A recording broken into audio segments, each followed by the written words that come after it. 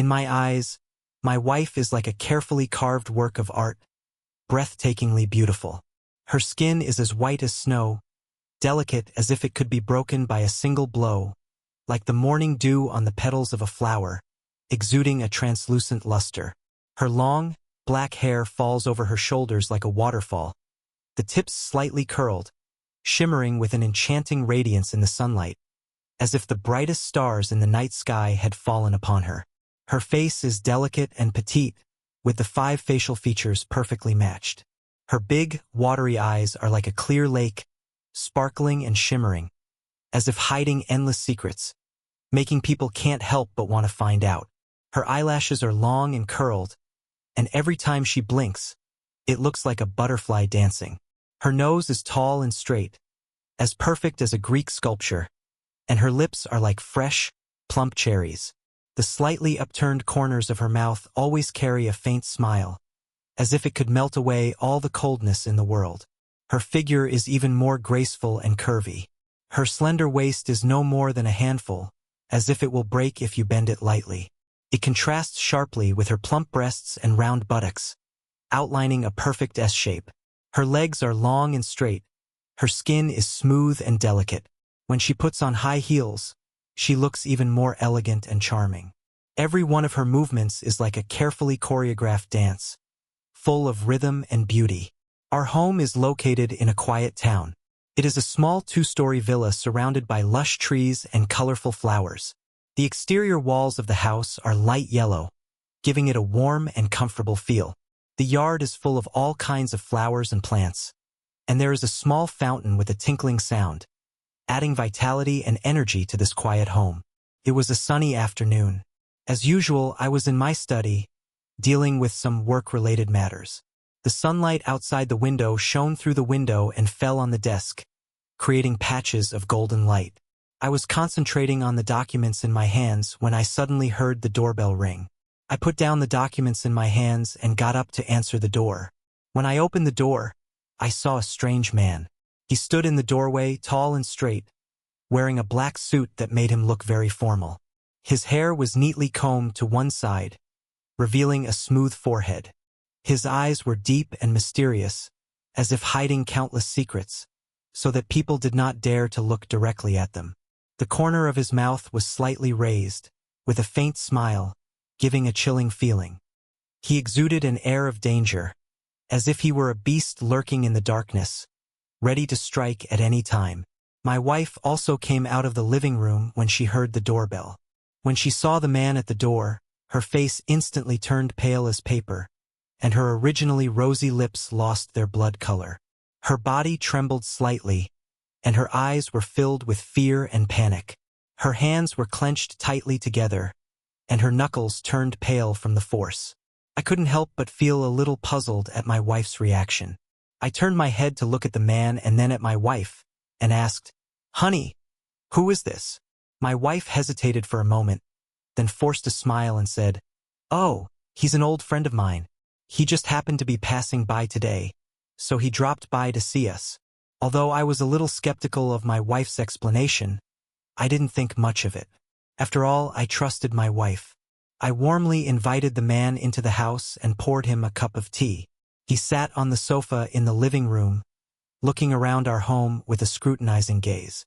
He lifted the teacup, took a gentle sip, and then said, "Your home is very beautiful and warm." I smiled and said, "Thank you for your praise. It's all thanks to my wife. She's very good at decorating." Over the next few moments, the 3 of us chatted about some inconsequential topics.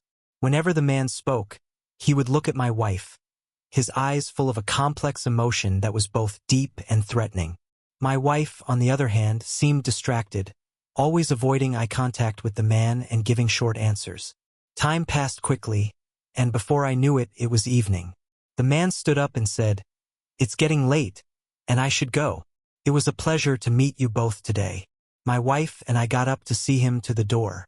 Before he left, he suddenly turned his head and said to my wife, "We'll have a good chat next time we have the chance." My wife forced a smile and said, "Okay." As I watched the man's back as he walked away, my doubts grew. I turned to look at my wife and saw that she was still pale and her body was still trembling slightly. I gently took her hand and asked, "Honey, what's wrong? Are you not feeling well?" My wife shook her head and said, "I'm fine. I'm just a little tired." Although I didn't quite believe her, I didn't pursue the matter any further. That night, my wife seemed very quiet and she went to her room early to rest. I lay in bed, tossing and turning, unable to sleep. The figure of that man and my wife's unusual reaction kept recurring in my mind. I always felt that there was more to this than met the eye, that there was a huge secret hidden away, and that secret might very well change our lives. I looked at the ceiling, my heart full of worry and unease. I don't know what kind of past the man and my wife have, nor do I know what kind of impact their meeting again will have on our family. But I know that from the moment that man appeared in our home, our peaceful lives have been disrupted, and an unknown storm is quietly approaching. And I can only hold my wife's hand tightly and face everything that is to come with her. Since the mysterious man's visit, my wife's changes have been like a quiet but fierce storm, little by little eroding our formerly peaceful lives. The next morning, the sun shone through the curtains, casting golden rays across the room. I slowly opened my eyes. The bed next to me was already a little cool, and my wife was no longer beside me. I rubbed my bleary eyes and got up to go to the bathroom. After washing up, I went into the living room and saw my wife sitting in front of the dressing table, absorbed in getting ready. I stood behind her and watched her quietly. Her white fingers skillfully picked up the eyebrow pencil and gently outlined the eyebrows, each stroke appearing so meticulous. Her eyes revealed a different kind of focus than usual, as if she were carefully crafting an incredibly precious work of art. After painting her eyebrows, she picked up the mascara and carefully applied it to her long eyelashes, which became thicker and cullier under the mascara's effect, like two small black fans. Then she opened the lipstick box and selected a bright red lipstick. She slightly opened her lips and gently applied the lipstick to her lips. Her originally pink lips instantly became bright and juicy, like a blooming rose. She looked at herself in the mirror, from side to side, with a slightly raised corner of her mouth, revealing a smile of satisfaction. As I watched her perform this series of actions, I couldn't help but feel a little puzzled. Usually, although she also dresses up, she has never been so meticulous. "Honey, is there something special going on today? Why are you dressed up so nicely?" I walked up to her and gently put my arm around her shoulders, asking. She was slightly taken aback, but then turned her head and said with an unnatural smile on her face, "Nothing. I just felt like I hadn't dressed up properly for a long time and wanted to look a bit more energetic." Although I was a little suspicious of her answer, I didn't ask any more. After breakfast, my wife left the house. As I watched her leave, my unease grew. I decided to secretly follow her to see where she was going. I quickly changed clothes, put on a hat and a mask, and quietly followed behind her. My wife walked along the street, her steps light but hurried, as if she were in a hurry. From time to time, she took out her phone to check the time, her eyes betraying a hint of anxiety. I followed her from a distance, trying not to let her notice. After walking for about 10 minutes, she arrived at the entrance to a park. She paused for a moment at the entrance, looked around, and then walked into the park. I followed her carefully. After entering the park, I saw her walking towards a bench by the lake. On the bench sat a man, the mysterious man who had visited that day. My heart tightened, and my footsteps involuntarily stopped. I hid behind a big tree and quietly observed them. My wife walked over to the bench, and the man stood up, with a faint smile on his face, and reached out to embrace her. My wife hesitated for a moment, but eventually leaned lightly into his embrace. My heart felt as if it had been hit hard by a heavy hammer, and a strong sense of anger and pain welled up within me. I clenched my fists, my fingernails sinking deep into the palm of my hand, but I felt no pain. They sat on the bench and started talking. Although I couldn't hear what they were saying, from their expressions and movements, it was clear that their relationship was more than just casual acquaintanceship.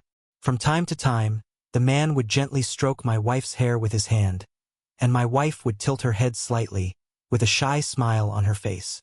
I stood behind the tree for a long time, my emotions in turmoil. I didn't know how to react to what I saw. My wife, whom I had always loved, was acting so intimately with a strange man. I felt as if the whole world had betrayed me, and my heart was filled with despair and helplessness. I don't know how long it took, but they finally got up and left. I watched their backs as they left, and secretly vowed that I would find out what was going on between them and what that man really wanted. I followed them quietly and watched them go into a cafe. I hesitated outside the cafe for a long time, but finally decided to go in.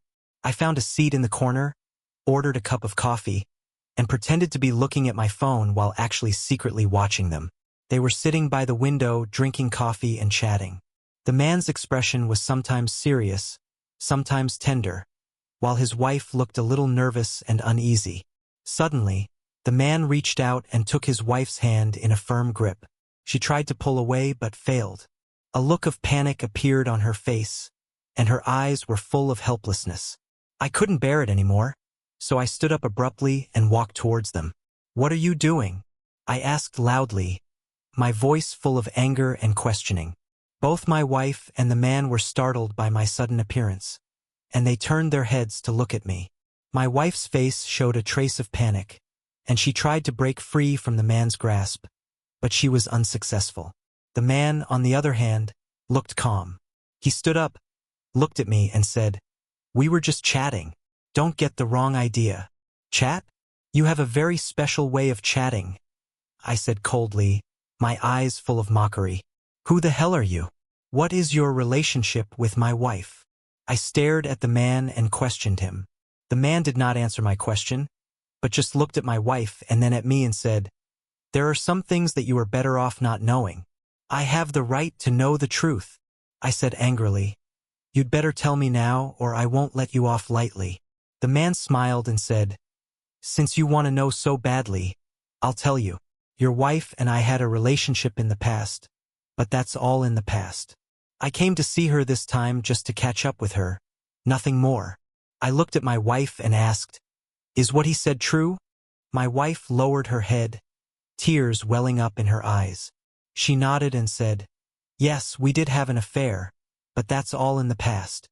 I love you now, and he and I are just casual friends." I looked at my wife, my anger and pain intertwined. I didn't know who to believe. "Okay, since you say so, I'll believe you again.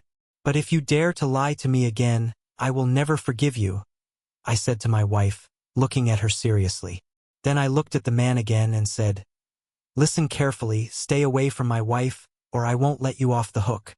After that, I turned around and left the cafe. When I got home, I sat on the sofa, and the image of my wife with that man kept popping up in my head.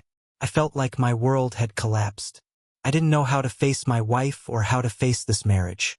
I looked at the ceiling, my heart filled with confusion and pain. I didn't know which way to go in the future. After returning from the cafe, the atmosphere at home became extremely oppressive, as if the air had been frozen by an invisible force.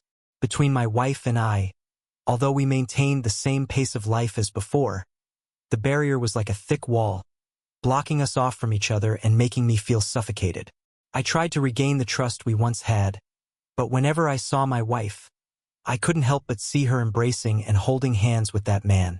Waves of anger and pain would overwhelm me again and again. I started to pay attention to every move she made, and every subtle change in her expression would make my nerves tense. This morning, my wife left the house early, saying that there was an urgent matter at work that needed to be dealt with. As I watched her hurriedly leave, my suspicions rose again. After she left, I paced around the room, my eyes inadvertently scanning her desk.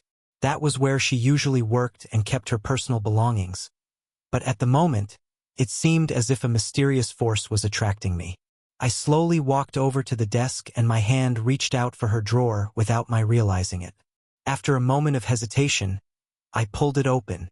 Inside were some documents, notebooks, and cosmetics neatly arranged. I rummaged through them, hoping to find some clue that would solve my doubts. Just as I was about to give up, a notebook with a black cover caught my eye. I gently picked up the notebook, The cover had some delicate patterns on it that looked a little worn. I turned to the first page, where some dates and short sentences were written in my wife's delicate handwriting. I began to read line by line, and my heart beat faster and faster as I read on. It turned out that the man my wife called just an ordinary friend was named Eric and had been her lover in college. They had a wonderful time together and loved each other deeply. However, due to some family and practical reasons, they had to separate. After graduation, Eric disappeared from my wife's life, and my wife gradually let go of the past and fell in love with, and married me. But what I never expected was that during the years Eric disappeared, he had been involved in an extremely dangerous research project, the Devil's Embryo Project. The aim of this project was to use a mysterious technique to create embryos with great power, and if this power was used by evil forces, it would bring the world great disaster. In her notes, his wife wrote that after Eric reappeared, he revealed the existence of this plan to her and asked for her help. Eric claimed that he had realized the danger of this plan and wanted to stop it, but his power was too weak and he needed his wife's assistance. His wife initially refused, fearing to be involved in this dangerous conflict and even more afraid of losing her current family. However, Eric kept persuading her, even appealing to their former feelings for each other. In her notes, my wife described her internal struggle. On the one hand, she deeply loved me and cherished our current life. On the other hand, she could not remain indifferent to Eric's request. After all, they had once had such deep feelings for each other. I continued reading, my hands starting to tremble slightly. My wife recorded in her notes every secret meeting they had, as well as the details Eric revealed to her about the devilish embryo incubation plan. It turned out that a huge dark organization was behind this plan, and they wanted to complete this evil experiment at all costs. Eric already had some key information that could prevent the implementation of this plan. In her notes, the wife also mentioned that the reason she dressed up to meet Eric was because she wanted to get more information from him and at the same time convince him to give up this dangerous plan and leave this place of conflict. However, at every meeting, Eric acted stubbornly, insisting that his wife join him in fighting the dark organization. Seeing this, I felt a mixture of emotions. I was angry that my wife had hidden such an important matter from me, but I was also worried about her situation. I knew that she must have been under tremendous pressure to write down these internal struggles in her notes. Just then, I heard footsteps outside the door, and my wife returned. I quickly put the notebook back in the drawer, sorted out my emotions, and tried to look calm. My wife walked into the room and saw me standing at the desk. A flash of panic crossed her eyes, but she quickly regained her composure and asked with a smile, "What are you doing?"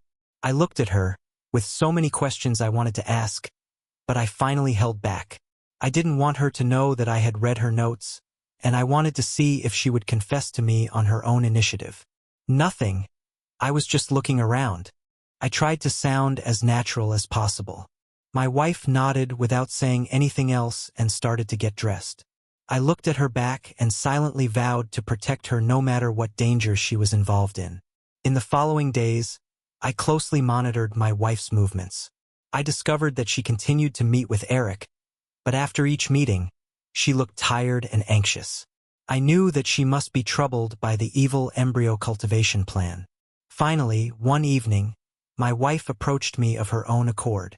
She sat across from me, her eyes full of guilt and worry. "I have something to tell you," she said softly. I looked at her and nodded, signaling her to continue. My wife told me everything about Eric and the devil embryo cultivation plan. She said that the reason she kept it from me was because she was afraid that I would be hurt and that I would leave her because of it.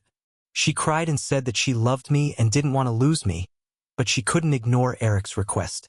I listened quietly to her story, and the anger in my heart gradually dissipated, replaced by a firm determination.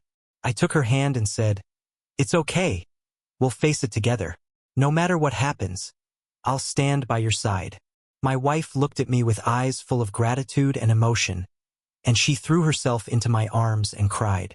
From that moment on, I knew that our lives would never be peaceful again, but I was willing to face this unknown challenge with my wife to uncover the truth behind the devil's embryo breeding program and protect our family and the world. However, we had no idea that what awaited us ahead was an even more dangerous and complex situation, and a thrilling adventure had only just begun. After my wife confessed everything to me, I thought our relationship would become even closer because of our honesty, and that we could work together to face the evil embryo breeding plan hidden in the darkness. However, the reality was far more complicated than I had imagined, and the conflict gradually intensified without me realizing it. Since learning the truth, I have become extremely sensitive to every contact between my wife and Eric. Although my wife has repeatedly assured me that she is only trying to obtain more information about the plan so that she can better stop it, my doubts have never completely disappeared. Whenever she goes out to meet Eric, my heart clenches, and all kinds of possible dangerous scenarios keep popping up in my mind. One evening, my wife told me once again that she was going out to meet Eric. As I watched her carefully select her clothes and carefully apply her makeup, my displeasure immediately welled up in my heart. Can't you just not go? Isn't there another way to get the information? I couldn't help but say, with a hint of reproach in my tone. My wife stopped what she was doing, turned around and looked at me with a hint of helplessness in her eyes. Honey, I don't want it to be this way either, but right now only through him can we have a chance to stop that terrible plan. I promise you, there really is nothing between him and me, she tried to explain, but my emotions were already inflamed. How can I be reassured when you say that every time? Do you know how hard it is for me to see you with him? I raised my voice, venting my grievances and anger. I'm afraid of losing you, and even more afraid that you will be in danger. My wife's face turned a little ugly, her lips trembled slightly, as if she wanted to say something, but she finally held back. She took a deep breath and said, I understand how you feel, but please believe me, I do all this for us, for this family, and for the world. After saying that, she turned around, picked up her bag, and resolutely walked out of the house. I looked at her departing back and felt remorseful, but I couldn't bring myself to stop her. Sitting alone on the sofa, I was overcome with self-reproach and anxiety. Time passed by minute, each second felt like a year. A few hours later, my wife finally returned. Her face was full of exhaustion, and a hint of loss could be seen in her eyes. I wanted to go up to her and care for her, but I remembered our previous argument and held back. My wife silently walked into the room and began to change her clothes. Just then, her phone suddenly rang. I subconsciously glanced at it, and the name on the screen was Eric. My wife hesitated for a moment, but then picked up the phone. She spoke in a low voice, pacing back and forth in the room, as if she was telling Eric something important. My curiosity and sense of unease grew stronger and stronger, and I couldn't help but creep up on her quietly, trying to hear what they were talking about. I could only hear my wife say softly, I'll try my best to convince him, but don't push too hard. Okay, I understand. We'll meet again tomorrow to talk about it. After hanging up the phone, my wife turned around and saw me standing behind her. She looked a little surprised and embarrassed. What are you doing? She asked, her tone of voice tinged with displeasure. I just want to know what you were talking about. Is it something dangerous again? I asked anxiously. My wife sighed and said, It's nothing, just something about the plan. Eric hopes I can convince you to join us. He thinks our strength is too weak. Me? I'm not going to work with him, I said without thinking. I don't trust him, and who knows what he's really thinking. My wife's face turned even uglier, and a hint of disappointment could be seen in her eyes. Why can't you just trust him for once? He really does want to stop this plan, and we need his help. I only trust you, but not him, I said stubbornly. Besides, I don't want you to have anything more to do with him. It's too dangerous. You're being unreasonable. My wife finally exploded. You don't understand me at all. I'm doing all this for the good of everyone, but you're only thinking about your own feelings. Our argument became more and more heated, and our voices got louder and louder. Our once warm home was now full of tension. My wife and I were both so blinded by our anger that we accused each other of everything, completely forgetting our vows and our love for each other. After the quarrel, we both fell silent. My wife sat by the bed, her hands clasped around her knees, silently weeping. I stood in the corner of the room, my heart filled with remorse and helplessness.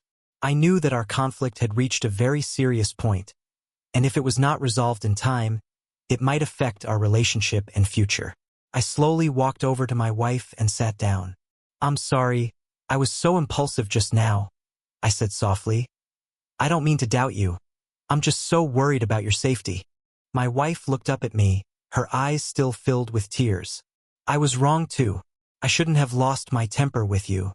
But I really hope you can understand that we really need Eric's help now." I was silent for a while and then said, "I can try to work with him. But you must promise me that in the future you will discuss everything with me and never hide anything from me again." My wife nodded, a glimmer of hope in her eyes. "Okay, I promise. Together we can definitely stop that horrible plan." Although we had temporarily reached a truce, I knew that our conflict had not been completely resolved. The road ahead was still full of unknowns and dangers, and it was still uncertain whether we could hold onto our feelings for each other in the midst of this crisis and overcome evil together. And Eric, this mysterious man, what was his true purpose? I could never completely let down my guard. In the days to come, we would face even more trials and challenges, and this was only the beginning. In the days after my wife and I reached a tentative reconciliation, a subtle tension still lingered in the air.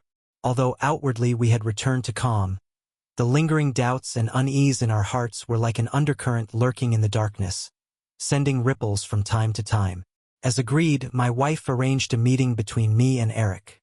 It was a gloomy afternoon, with dark clouds weighing heavily over the city, as if heralding an impending storm. We went to a remote cafe, where Eric was already sitting in the corner. He was wearing a black trench coat and a black hat, and his deep eyes were staring at us intently beneath the lowered brim. I sat across from him with my wife sitting next to me. Her hand unconsciously gripped mine, slightly tightening, as if to give me courage and also to calm her own nervousness. Eric looked up, his gaze lingering on me for a moment before he gave a faint smile. "I'm glad you came. We really need your help." I snorted and responded impolitely, "Don't be too happy. I'm only giving you a chance because of my wife. But you'd better not try anything funny, or you'll regret it." Eric ignored my provocation and began to tell us in detail about the latest developments in the devilish embryo cultivation plan. He told us that the dark organization had now entered the critical stage of the plan. They had found a mysterious energy source that could accelerate the growth of the embryo. If successful, the consequences would be unimaginable. He had crucial information that could destroy this energy source, but he could not accomplish this difficult task alone and needed our assistance. As he spoke, I remained on my guard, carefully observing every expression and movement, trying to find a flaw in his words.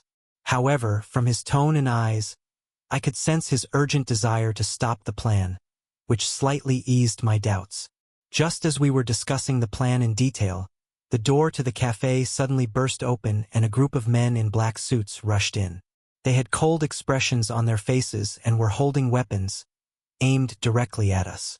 Eric's face paled and he quickly stood up, shouting, "Oh no!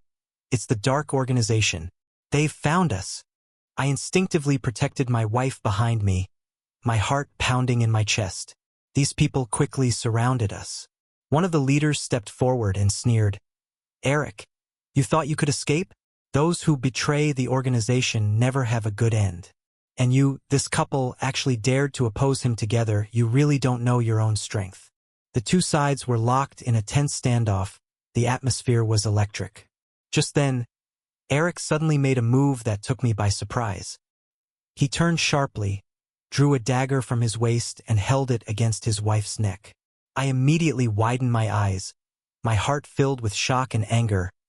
"What are you doing? You bastard!" My wife was also full of fear, her eyes full of tears. She said with a trembling voice, "Eric, why are you doing this?" Eric's face revealed a crazed smile. "Haha, you are all so naive. I never intended to stop this plan.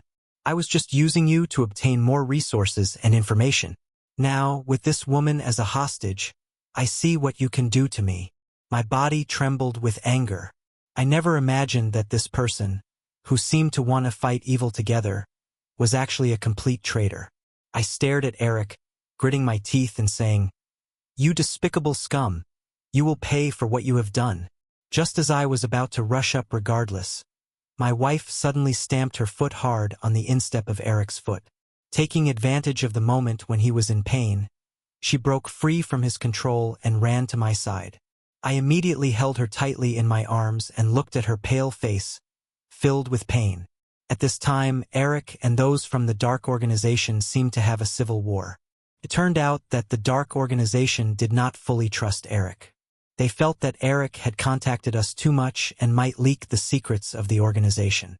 Eric, on the other hand, believed that he had made great contributions to the organization and should not be suspected in this way.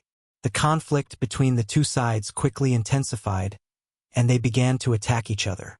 Taking advantage of the chaos, I took my wife's hand and quickly ran towards the door. We ran desperately down the narrow street, the sounds of fierce fighting and gunshots behind us. Finally, we escaped from the pursuit of those people and hid in an abandoned warehouse. In the warehouse, my wife leaned into my arms and burst into tears. "I'm sorry, I trusted him," she said chokingly. I stroked her hair gently and comforted her. "It's okay. It's not your fault. We're safe now and we've seen his true colors." After calming down, we began to rethink our strategy. Although this encounter has put us in a difficult situation, it has also strengthened our resolve to stop the evil embryo incubation plan. We knew that the road ahead would be even more difficult, but as long as we trusted each other and supported each other, we would be able to defeat evil. Eric's betrayal, although a huge blow to us, also made us realize that in this battle against evil, we could not trust anyone easily. We had to rely on our own strength to uncover more truths and completely shatter the plot of the Dark Organization. This thrilling reversal was just an episode in our fight against evil, and the real challenge was still waiting for us ahead. In the abandoned warehouse, the dim light shone through the broken windows, and the dust danced in the light beams, as if it were our chaotic and confused state of mind at the moment. My wife's sobs gradually subsided. She looked up from my arms, her face still streaked with undried tears, but her eyes were filled with a little more determination. "We can't just sit here and do nothing." My wife's voice was still a little shaky, but every word revealed an unquestionable determination. "Eric and the Dark Organization won't let us go easily, and the project to incubate the embryo of evil is still ongoing. We must do something." I looked at her and a warm current welled up in my heart. The woman who once worried me so much had become so strong and brave after going through so much. I nodded gently and took her hand. "Yes, let's figure it out together. But first, we need to figure out what the Dark Organization will do next." We began to comb through all the information we had obtained from Eric, trying to find a crack in the Dark Organization's defenses. My wife, with her sharp memory, recalled in detail every word and every detail Eric had said. We discovered that although Eric had betrayed us, the mysterious energy source he had mentioned was currently the key to stopping the Devil's Embryo breeding project. If we can find this source of energy and destroy it, we might be able to stop the plan, I mused. But the problem is, we have no idea where it is. My wife frowned and fell into deep thought. Suddenly, her eyes lit up. Eric said that the Dark Organization had entered a critical stage of the plan, which means they should have moved the source of energy to a safe place, and it is likely that it is in one of their strongholds. I continued along the same lines. Then we must first find the Dark Organization's stronghold. This is no easy task. They must be well hidden. Just as we were at our wits' end, a light sound of footsteps came from outside the warehouse.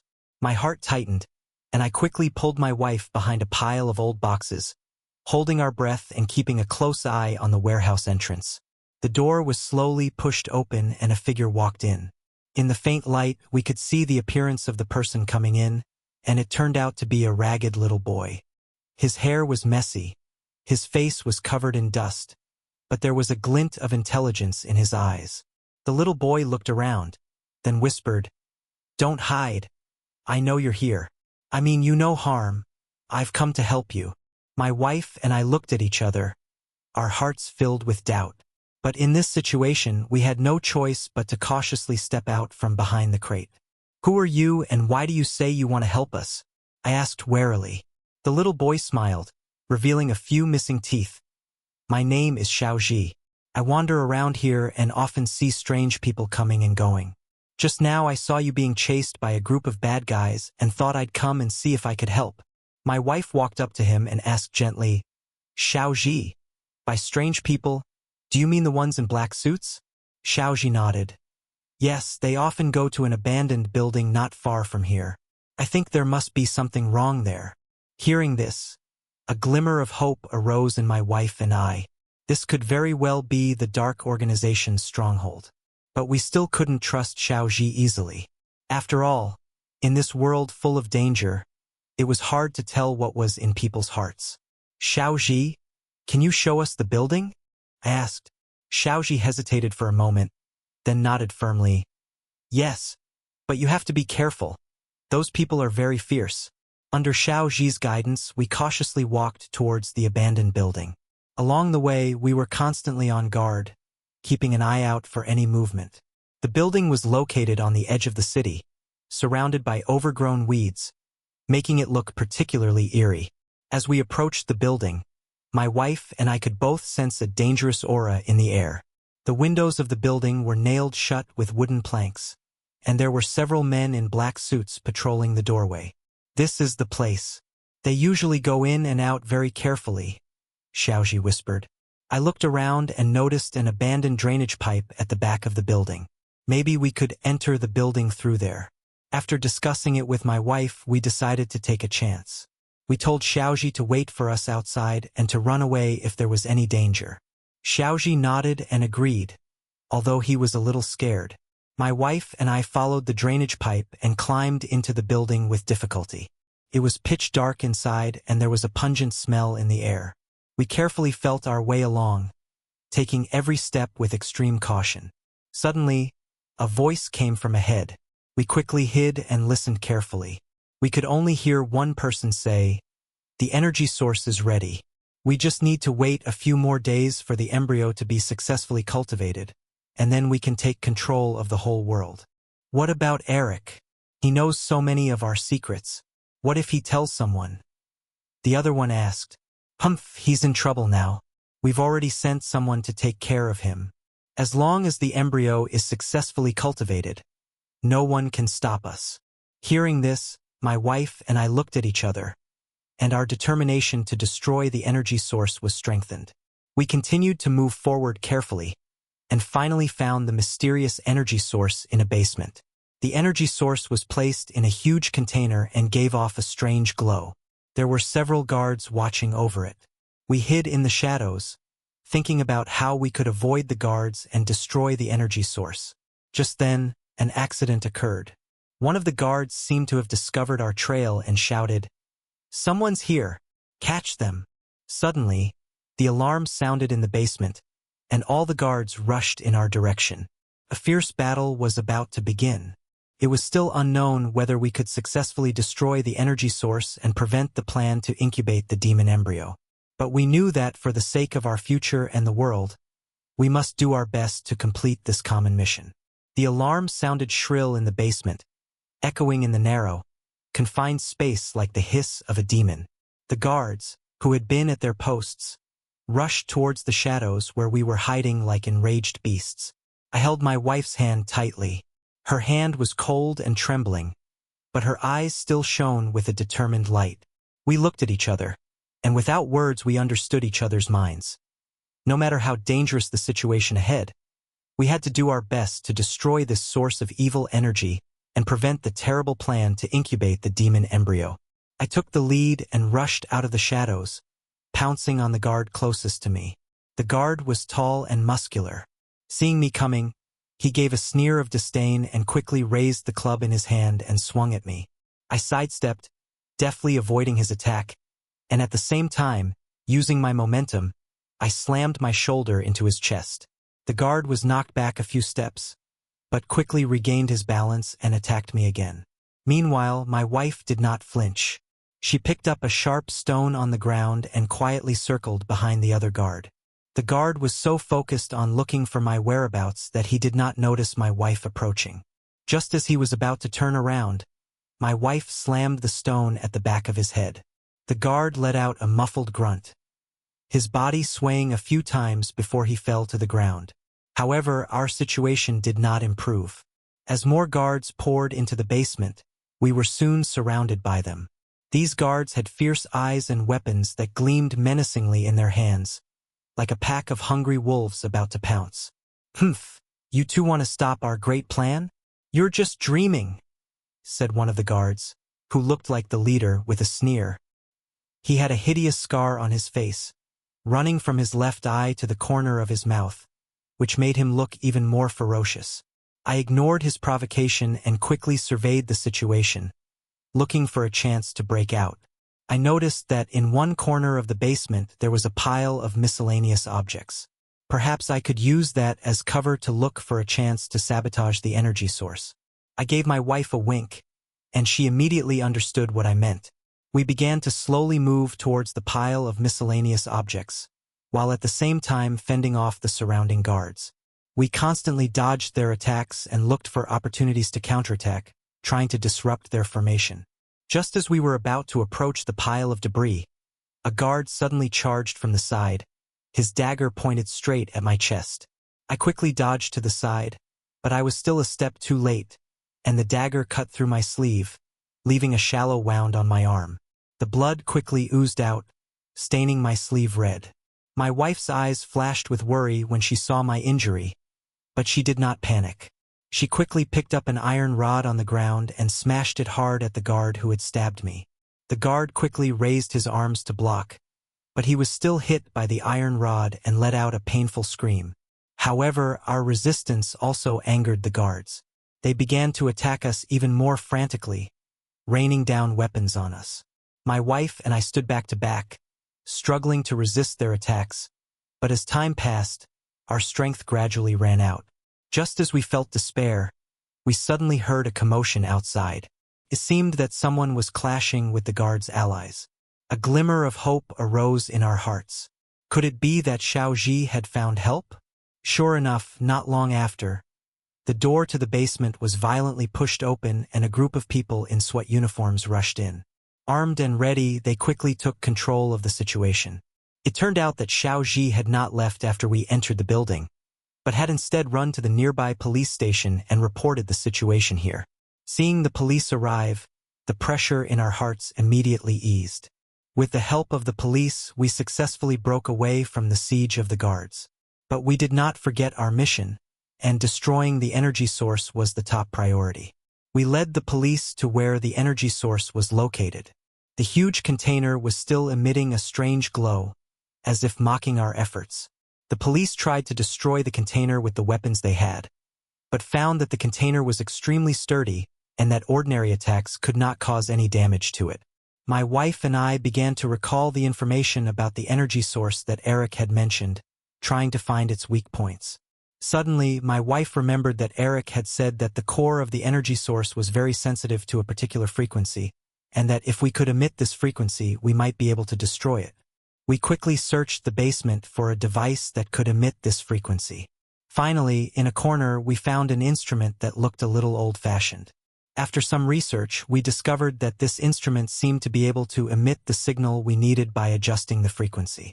My wife and I carefully operated the instrument, adjusting the frequency. As the frequency continued to change, the energy source began to show some unusual fluctuations. The guards panicked when they saw what we were doing and tried to stop us, but the police stopped them in time, buying us precious seconds. Finally, when the frequency was adjusted to a specific value, the energy source emitted a loud roar and the container began to crack. Then, a dazzling light shot out of the container and the energy source began to collapse. We had succeeded, and a crucial part of the project to incubate the embryo of evil had been destroyed. However, we knew that this was only a temporary victory.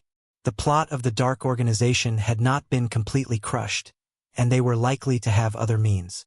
Moreover, the whereabouts of Eric was still unknown, and there were still many mysteries surrounding his betrayal. Our future was still full of crises, but we were ready to face even greater challenges. After successfully destroying the energy source, the basement was filled with a pungent burnt smell, the lingering scent after the energy source had collapsed. The surrounding area was in a mess, with broken container fragments scattered all over the place, shining with a faint light.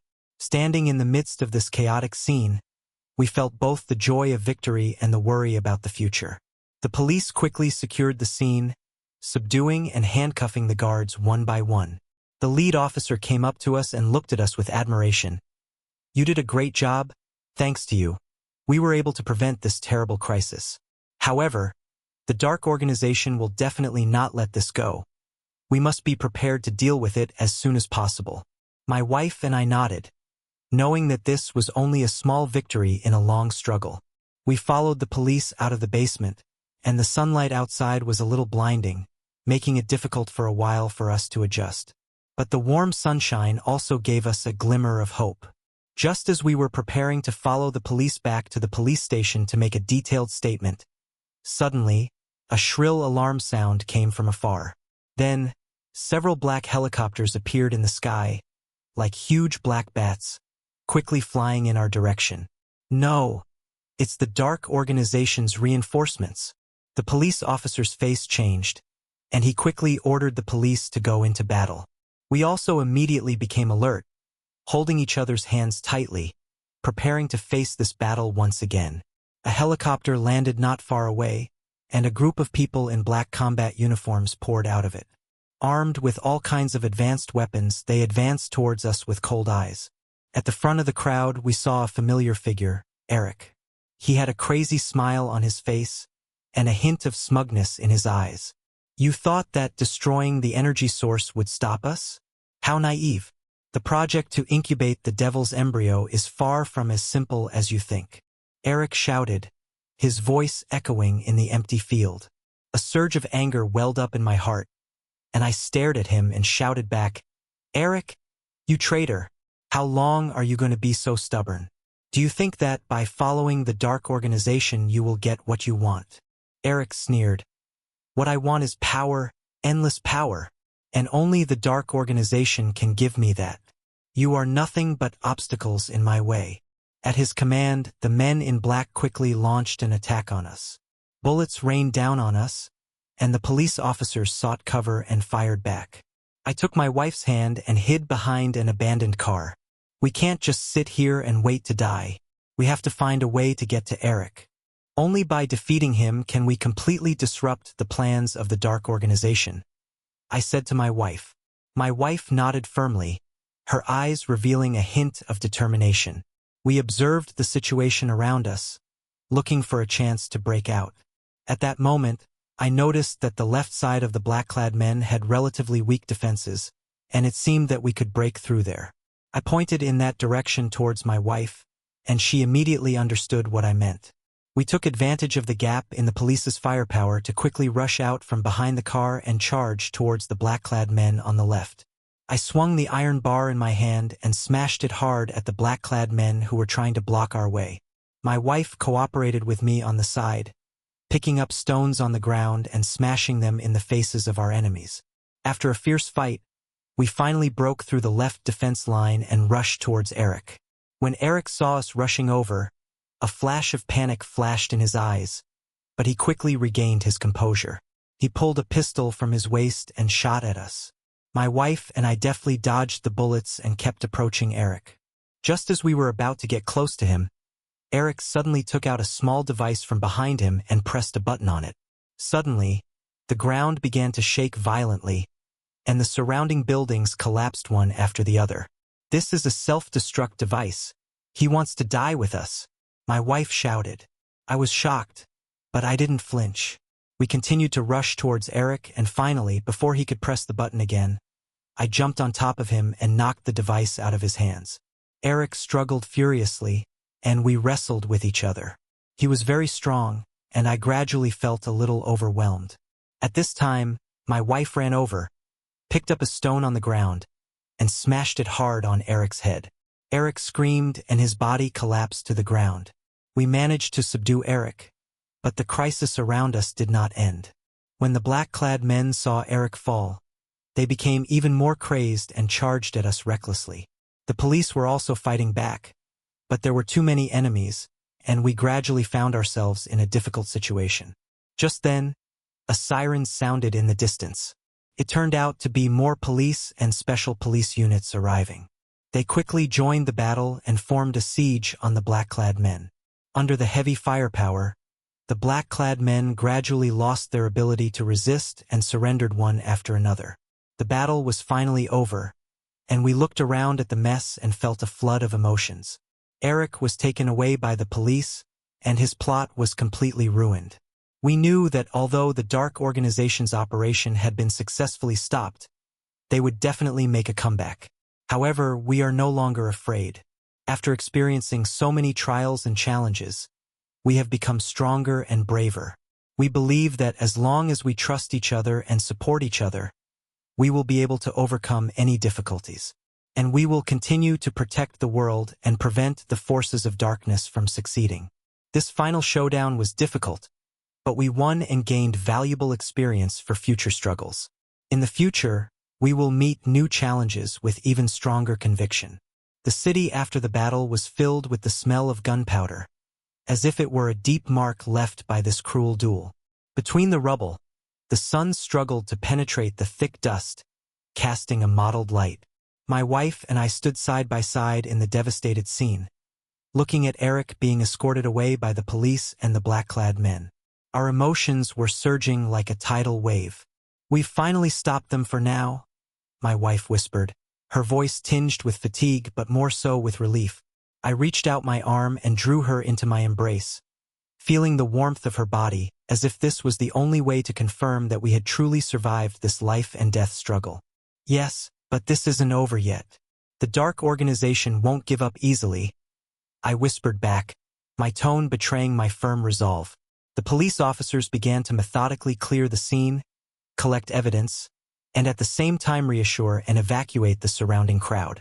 The police officer in charge came to us again. Although his face was tired, his eyes were full of admiration and gratitude. "Your bravery and wisdom are admirable. Thanks to you, a greater disaster has been averted. However, in the days to come, you may still need to assist us in the investigation, and you must pay attention to your personal safety. The Dark Organization may have other retaliatory actions." We nodded, knowing in our hearts that this was a responsibility we must shoulder. We then followed the police back to the station, where we recounted the entire incident in detail, including our past with Eric, the details of the Devil's Embryo breeding project, and every thrilling battle we had experienced.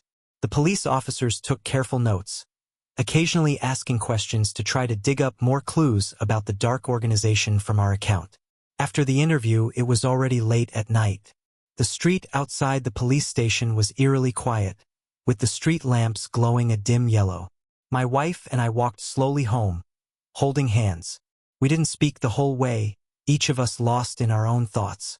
Back home, the familiar surroundings finally allowed us to relax a little. My wife went into the bathroom, while I sat on the sofa, staring at the ceiling, recalling everything that had happened over the past few days. The intense battle scenes, Eric's betrayal, and our life and death struggle with the Dark Organization flashed through my mind like movie scenes. I don't know how long it took, but after a while my wife came out of the bathroom. Her hair was still damp, and she had a slight blush on her face, but she looked a little more energetic than before. She walked over to me, sat down gently, and rested her head on my shoulder. "Honey, I was really scared of losing you," she said softly, her voice a little shaky. I took her hand in mine and comforted her. "Don't worry, we've made it through, haven't we? No matter what happens in the future, I'll always be by your side." In the following days, our lives seemed to return to normal. Every day, we provided the police with any information they might need, while also trying to adjust to our new normal and forget the terrible experience. My wife resumed taking care of the plants in our home, and I returned to work, although we both knew that beneath the surface, a crisis could erupt at any time. However, the calm didn't last long. One day, on my way home from work, I always felt like someone was following me. I quickened my pace while secretly observing my surroundings. Sure enough, Around a corner, I spotted a few sneaky figures. My heart tightened, and I realized that it might be the people from the dark organization who had come to find me. I quickly turned into an alley to try to lose them, but the men seemed very experienced and followed me closely. Just when I felt a little desperate, I suddenly heard a familiar voice. "Honey, this way." I turned my head and saw my wife standing next to a car, waving at me. Without hesitation, I ran over to the car and got in. My wife quickly started the car and drove towards home. When the people following me saw us get in the car, they also gave chase. A tense chase ensued through the streets of the city. My wife skillfully drove the car through the traffic, trying to shake off the pursuers. I nervously stared at the rearview mirror, watching the movements of the enemy. "How did they find us?" I asked anxiously. My wife gritted her teeth and said, "Maybe we left some clues from our previous actions and they caught a clue." Just when we thought we had gotten rid of the enemy, suddenly, a black sedan rushed out from the side, trying to block our way. My wife slammed on the brakes, and the car made a screeching sound, coming to a stop just a few centimeters from the black sedan. "Get out of the car!" my wife shouted. We quickly opened the door and ran down the side street. The black-clad men also got out of their car and chased after us. We ran through the narrow streets, constantly dodging the enemy's attacks. Just as we were once again in a desperate situation, the police arrived in time. It turned out that my wife had contacted the police immediately after discovering that I was being followed. With the help of the police, we successfully got rid of the black-clad men and rounded them up. After this dangerous experience, we are even more aware that the threat from the dark organization has not really been lifted. But we are not daunted by fear, and instead we are even more determined to fight them to the end. We believe that as long as we are united, we will be able to completely smash the dark organization's plot and usher in true peace and tranquility. And in the days after this disaster, we will cherish each other and this hard-won peaceful life even more. After that thrilling chase and escape, my wife and I have become more vigilant than ever against the dark organization. We know that they are like poisonous snakes hiding in the shadows, ready to strike again at any time. However, life must go on, and we cannot let fear rule our lives forever. We have decided to face the unknown with a more positive attitude and start a new chapter in our lives. In the days that followed, we maintained close contact with the police. The police stepped up their investigation into the dark organization, and we did our best to provide any information that might be useful. Every time we spoke to the police, we could feel their determination and hard work, which gave us more confidence in completely eradicating the dark organization. To improve our own safety precautions, my wife and I began to take some self-defense courses. In class, we listened carefully to the instructor's explanations and practiced various self-defense techniques diligently. We learned everything from basic self-defense moves to strategies for dealing with emergencies. My wife's originally weak body gradually became more flexible and powerful during the training, and there was also a sense of determination and decisiveness in her eyes. I, too, have been constantly improving my abilities and am always prepared to deal with possible dangers. Meanwhile, our lives have gradually returned to normal. My wife has rediscovered her passion for life. She has opened up a larger garden in the courtyard and carefully planted all kinds of flowers and plants. Every morning, she is busy in the garden, watering, fertilizing, and pruning the branches and leaves, with a satisfied smile on her face. The colorful flowers seem to be a true reflection of her yearning for a better life. I have also invested more energy in my work and strive to improve my professional skills. After work, I would accompany my wife on walks and watch movies with her, enjoying this hard-won period of peace and quiet. We would share our thoughts and dreams on the park benches, as if we were back in the sweet days of our courtship. However, we did not forget the threat of the dark organization.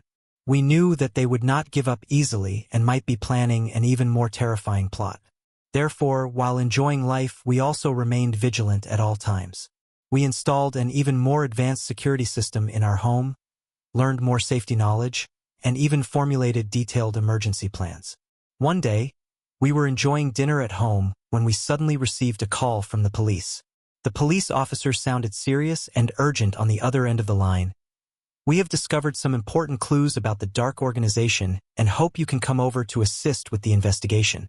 My wife and I glanced at each other, put down our cutlery, and agreed without hesitation. When we arrived at the police station, we saw the police officers busy with their work. The officer in charge showed us the new clues they had discovered, some documents and communication records related to the dark organization. These clues seemed to point to a secret base hidden deep in the city, which might be the core stronghold of the dark organization. According to our intelligence, there may still be remaining data and equipment related to the Devil's Embryo breeding project hidden in this base. Once they restart the project, the consequences will be unimaginable, the police officer said seriously. "We need your help. With your knowledge of Eric and the dark organization, you may be able to discover some details that we have overlooked." My wife and I carefully examined the documents and records, recalling every detail of our encounters with Eric. Suddenly, my wife pointed to a symbol on a document and said, "I think I've seen this symbol somewhere before. Eric once drew something similar on a drawing he showed me. At the time, I didn't pay much attention to it, but now that I think about it, it might be related to this base." Our discovery attracted the attention of the police, who quickly launched further investigations and analyses. After much effort, we finally determined the exact location of the secret base. The police decided to take immediate action to destroy the dark organization's stronghold. At the preparatory meeting before the operation, the police officers meticulously formulated the action plan, and we were also assigned to the rear to provide the necessary assistance. Although we could not directly participate in the battle, we were acutely aware of our heavy responsibilities, and every detail could be related to the success or failure of the operation. The operation began, and we nervously followed the situation in the control room of the police station. Our hearts were in our throats as we watched the police officers cautiously approach the base. When we heard the intense gunfire from the front, we held each other's hands even tighter and silently prayed for the police officers. After a fierce battle, the police successfully destroyed the secret base of the dark organization and captured many of its core members. Inside the base, they found a large amount of information and equipment related to the Devil's Embryo breeding project, completely destroying the possibility of the dark organization restarting the project. When the police returned in triumph, the joy and excitement in our hearts were indescribable. This time, we finally achieved a decisive victory, and the threat of the dark organization was completely eliminated. Back home, we stood in the courtyard, looking at the beautiful garden and feeling the breeze. After so many storms, we finally ushered in true peace and tranquility. We know that this is just the beginning, and there will be all kinds of challenges in the future, but we are no longer afraid. Because we have each other, and we have the conviction and courage to face all the beauty and challenges in life. We will work together to create a happy future that belongs to us.